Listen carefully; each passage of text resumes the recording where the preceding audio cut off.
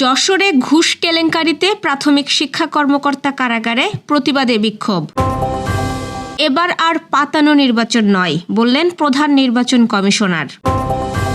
প্রাথমিক শিক্ষার্থীদের স্বাস্থ্য সেবার জন্য পদক্ষেপ নিচ্ছে সরকার।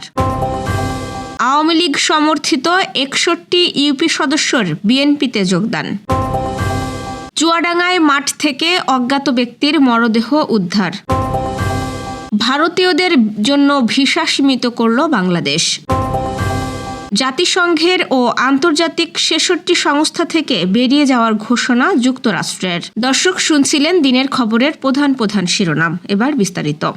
তার আগে আমাদের ইউটিউব চ্যানেল সাবস্ক্রাইব করুন এবং সব খবর পেতে ফেসবুক পেজ ফলো করে রাখার পাশাপাশি ওয়েবসাইট ভিজিট করুন। ঘুষ লেনদেনের অভিযোগে দুর্নীতি দমন কমিশনের হাতে আটক যশোর জেলা প্রাথমিক শিক্ষা কর্মকর্তা আশরাফুল আলমকে কারাগারে পাঠানোর আদেশ দিয়েছেন আদালত। আজ যশোরের ভারপ্রাপ্ত জেলা ও দায়রা জজ এম মোরশেদ এই আদেশ দেন। একই সঙ্গে উদ্ধারকৃত 1,20,000 টাকা ট্রেজারিতে জমা দেওয়ার নির্দেশ দেন তিনি। বিষয়টি নিশ্চিত করেছেন দুদকের পিপি সিরাজুল ইসলাম। এর আগে বুধবার দুপুরে নিজ কার্যালয় থেকে 1,20,000 টাকা সহ আশরাফুল আলমকে আটক করে দুদক। যশোর দুদকের উপপরিচালক সালাউদ্দিন ও সহকারী পরিচালক আল আমিনের নেতৃত্বে দীর্ঘদিনের অভিযোগের ভিত্তিতে প্রথমে ফাঁদ পাতা হয়। সেই ফাঁদে তিনি পা দেন বলে জানায় দুদক কর্মকর্তারা। দুদক কর্মকর্তারা জানান, বসুন্ধিয়া খানপাড়া সরকারি প্রাথমিক বিদ্যালয়ের সহকারী শিক্ষক মোহাম্মদ নুরুন নবীর প্রয়াত স্ত্রী শিরিনা আক্তারের পেনশন সংক্রান্ত ফাইল ছাড় করানোর নামে আশরাফুল আলম দীর্ঘ 3 মাস ধরে তাকে নানা অজুহাতে ঘোরাতে থাকেন। এক পর্যায়ে 2 লাখ টাকা ঘুষ দাবি করা হয়। প্রথমে 80,000 টাকা গ্রহণ করেন জেলা শিক্ষা কর্মকর্তা। পরে বাকি 1,20,000 টাকা নেওয়ার সময় তাকে হাতে নাতে আটক করা হয়। এদিকে তার আটকের প্রতিবাদে সন্ধ্যার পর বুধবার দুদক কার্যালয় ঘেরাও করে বিক্ষোভ করেন প্রাথমিক শিক্ষক এবং উপজেলা প্রাথমিক শিক্ষা কর্মকর্তারা। তারা দাবি করেন, দুদকের অভিযানের কিছু সময় আগে আশরাফুল আলম বাথরুমে গেলে সেই সুযোগে একটি পক্ষ তার টেবিলে টাকা রেখে যায়। পরবর্তীতে হাতে নাতে আটক দেখিয়ে একটি নাটক সাজানো হয়েছে বলে দাবি করেন বিক্ষুব্ধরা।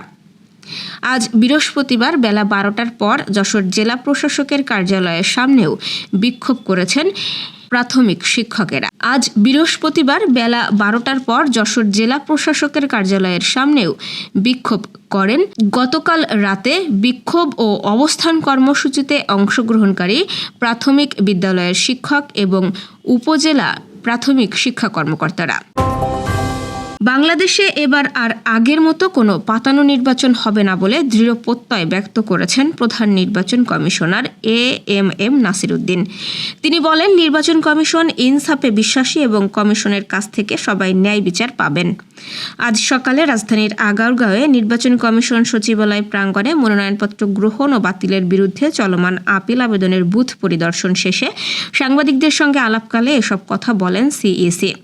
তিনি জানান, যেসব প্রার্থী মনোনয়নপত্রের বৈধতা বা বাতিলের সিদ্ধান্তের বিরুদ্ধে আপিল করেছেন তাদের আবেদন সম্পূর্ণ আইনি ভিত্তিতে নিষ্পত্তি করা হবে। নির্বাচন কমিশন স্বচ্ছতা ও জবাবদিহিতায় বিশ্বাস করে এবং নির্বাচনে সব প্রার্থীর জন্য সমান সুযোগ বা লেভেল প্লেইং ফিল্ড নিশ্চিত করা হবে। সিইসি আরও বলেন, আপিল শুনানির পুরো প্রক্রিয়াই হবে স্বচ্ছ ও নিরপেক্ষ। প্রতিটি আবেদন পুঙ্খানুপুঙ্খভাবে যাচাই করে আইন অনুযায়ী সিদ্ধান্ত দেওয়া হবে। কোনো ধরনের পক্ষপাতিত্ব বা অন্যায় সিদ্ধান্তের সুযোগ নেই বলেও তিনি আশ্বস্ত করেন। সারা দেশের সরকারি প্রাথমিক বিদ্যালয়ের শিক্ষার্থীদের শারীরিক ও মানসিক সুস্বাস্থ্য নিশ্চিত করতে এবং একটি সুস্থ প্রজন্ম গড়ে তোলার লক্ষ্যে স্বাস্থ্য সেবার পরিধি বাড়ানোর উদ্যোগ নিয়েছে সরকার। নতুন কর্মসূচির ফলে শিক্ষার্থীদের প্রাথমিক চিকিৎসা ও পুষ্টি পরামর্শ সরাসরি বিদ্যালয় থেকেই প্রদান করা হবে। প্রাথমিক ও গণশিক্ষা মন্ত্রণালয় সম্প্রতি প্রাথমিক বিদ্যালয়ের শিক্ষক শিক্ষার্থীদের স্বাস্থ্য সুরক্ষা সংক্রান্ত একটি নতুন রূপরেখা তৈরি করে তা বাস্তবায়নের জন্য স্বাস্থ্য সেবা বিভাগকে পাঠিয়েছে। স্বাস্থ্য বিভাগ এই রূপরেখা অনুমোদন করলে তৃণমূল পর্যায়ে এর বাস্তবায়ন শুরু হবে। এর মাধ্যমে বিদ্যমান কৃমিনাশক ট্যাবলেট, ভিটামিন এ ক্যাপসুল এবং নিয়মিত টিকাদান কর্মসূচির পাশাপাশি প্রতিটি বিদ্যালয়ে নিয়মিত স্বাস্থ্য পর্যবেক্ষণের ব্যবস্থা থাকবে। নতুন রূপরেখা অনুযায়ী প্রতিটি প্রাথমিক বিদ্যালয়ে উন্নত মানের ফার্স্ট এইড বক্স, ওজন ও উচ্চতা মাপার যন্ত্র, রক্তচাপ মাপার মেশিন এবং সুগার লেভেল পরীক্ষার যন্ত্র সরবরাহেরও প্রস্তাব করা হয়েছে। এছাড়া শিক্ষার্থীদের বয়স ও ওজন অনুযায়ী সুষম খাদ্যের তালিকা সম্বলিত পোস্টার ও লিফলেট বিতরণের পরিকল্পনা রয়েছে, যা শিক্ষার্থীদের খাদ্যাভ্যাস পরিবর্তনে ভূমিকা রাখবে। রূপরেখায় মেয়ে শিক্ষার্থীদের বয়সন্ধিকালীন স্বাস্থ্য সুরক্ষায় বিশেষ সহায়তা প্রদানের কথা বলা হয়েছে। কোনো শিক্ষার্থী বা শিক্ষক দুরারোগ্য ব্যাধিতে আক্রান্ত হলে সরকারি হাসপাতালে অগ্রাধিকার ভিত্তিতে বা স্বল্প মূল্যের চিকিৎসা সেবা নিশ্চিত করার বিষয়টিও গুরুত্ব দেওয়া হয়েছে। পাশাপাশি শিক্ষার্থীদের মানসিক স্বাস্থ্যের উন্নয়নে নিয়মিত সচেতনতামূলক কর্মশালা এবং শিক্ষকদের জন্য সুস্বাস্থ্য ও শিক্ষা বিষয়ক বিশেষ প্রশিক্ষণের প্রস্তাব করা হয়েছে।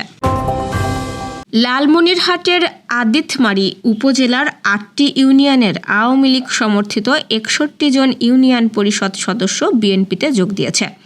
বুধবার রাতে জেলা বিএনপির সহ সভাপতি ও আদিতমারি কালীগঞ্জ আসনের বিএনপি মনোনীত সংসদ সদস্য প্রার্থী রোকনউদ্দিন বাবুলের বাসভবনে আনুষ্ঠানিকভাবে তারা বিএনপিতে যোগ দেন।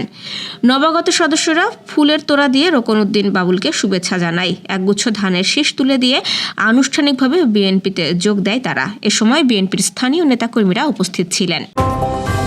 চুয়াডাঙ্গার আলমডাঙ্গা উপজেলার খাসকররা ইউনিয়নের কায়েতপাড়া মাঠ থেকে এক অজ্ঞাত ব্যক্তির মরদেহ উদ্ধার করেছে পুলিশ। আজ সকালে স্থানীয়রা মাঠে কাজ করতে গিয়ে কায়েতপাড়া এলাকার একটি ভুট্টা ক্ষেতের ভেতরে আনুমানিক 40 বছর বয়সী এক ব্যক্তির মরদেহ দেখতে পায়। বিষয়টি জানাজানি হলে এলাকাবাসী ঘটনাস্থলে ভিড় করেন। পরে গ্রাম পুলিশ, স্থানীয় পুলিশ ফাঁড়ি ও আলমডাঙ্গা থানা পুলিশের সদস্যরা সেখানে উপস্থিত হন।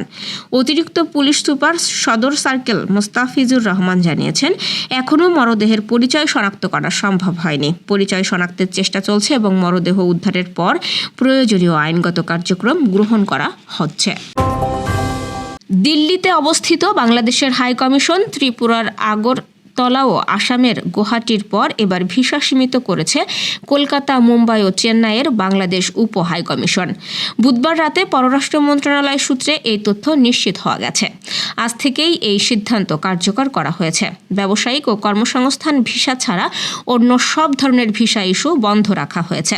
পররাষ্ট্র মন্ত্রণালয় সূত্রে জানা গেছে, কলকাতার উপ হাই কমিশনে কনসুলার সেবা ও ভিসা বন্ধ করা হয়েছে। শুধুমাত্র ব্যবসায়িক ও ওয়ার্ক ভিসা ছাড়া ভারতীয়দের জন্য পর্যটন ও অন্য ভিসা সেবা বন্ধ করা হয়েছে। নিরাপত্তা বিবেচনায় ও দুই দেশের মধ্যে চলমান উত্তেজনার জেরে এই সিদ্ধান্ত নেওয়া হয়েছে বলে কূটনৈতিক সূত্রে জানা গেছে। জাতিসংঘের সংস্থা সহ বেশ কয়েকটি আন্তর্জাতিক সংস্থা থেকে যুক্তরাষ্ট্রকে প্রত্যাহার করে নেওয়ার ঘোষণা দিয়েছেন দেশটির প্রেসিডেন্ট ডোনাল্ড ট্রাম্প। গতকাল বুধবার তিনি এই ঘোষণা দিয়ে বলেন, এসব সংস্থা যুক্তরাষ্ট্রের জাতীয় স্বার্থের বিপরীতে কাজ করে। ট্রাম্প যেসব সংস্থা থেকে যুক্তরাষ্ট্রকে প্রত্যাহার করে নেওয়ার ঘোষণা দিয়েছেন সেগুলোর মধ্যে একটি গুরুত্বপূর্ণ জলবায়ু চুক্তি ও জাতিসংঘের এমন একটি সংস্থা রয়েছে যেটি লিঙ্গ সমতা ও নারীর ক্ষমতায়নের পক্ষে কাজ করে। যেসব সংস্থা থেকে ট্রাম্প যুক্তরাষ্ট্রকে প্রত্যাহার করে নেওয়ার সিদ্ধান্ত নিয়েছে, একটি স্মারকে বুধবার সেগুলোর নাম প্রকাশ করা হয়েছে। স্মারকে জাতিসংঘের বাইরের 35টি এবং জাতিসংঘের 31টি সংস্থার নাম রয়েছে। স্মারকে বলা হয়েছে, জাতিসংঘ সংস্থাগুলোর ক্ষেত্রে প্রত্যাহার করে নেওয়ার অর্থ হলো এই আইন অনুযায়ী ওই সংস্থাগুলোতে অংশগ্রহণ বা অর্থায়ন বন্ধ করা। ট্রাম্প জাতিসংঘ মানবাধিকার পরিষদে যুক্তরাষ্ট্রের অংশগ্রহণ বন্ধ করেছেন। ফিলিস্তিনি ত্রাণ সংস্থা UNRW এর জন্য বরাদ্দ তহবিলে স্থগিতাদেশ বাড়িয়েছে এবং জাতিসংঘের সাংস্কৃতিক সংস্থা ইউনেস্কো থেকে বেরিয়ে গেছেন। মার্কিন প্রেসিডেন্ট বিশ্ব স্বাস্থ্য সংস্থা এবং প্যারিস জলবায়ু চুক্তি থেকে যুক্তরাষ্ট্রকে প্রত্যাহার করে নেওয়ার পরিকল্পনা আগেই ঘোষণা করেছিলেন।